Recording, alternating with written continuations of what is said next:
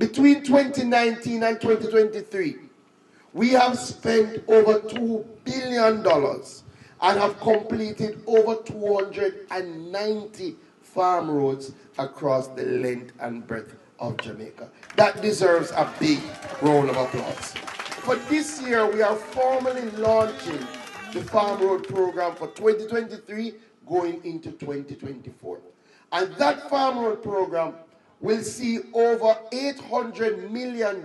In fact, $870 million will be spent on doing farm roads across the length and breadth of Jamaica. Already we have identified 61 farm roads that are to be done under this program. That is, plus we are going to do an additional 20 farm roads that were damaged in Hurricane Beryl and Tropical Storm Raphael. So we will be doing over 80 farm roads under the program this year. Again, you can clap for that. But I said to the team, I don't want to launch a program and tell you what is to come. Because years and years, people who have been in leadership and have been in politics have had a way to launch and tell you what is to come. And when you look, you don't see it come.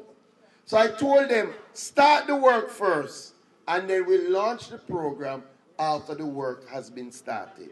So of the 61 roads that we're going to do this year, we have already completed 21 of those 61 roads. Those roads have already been done.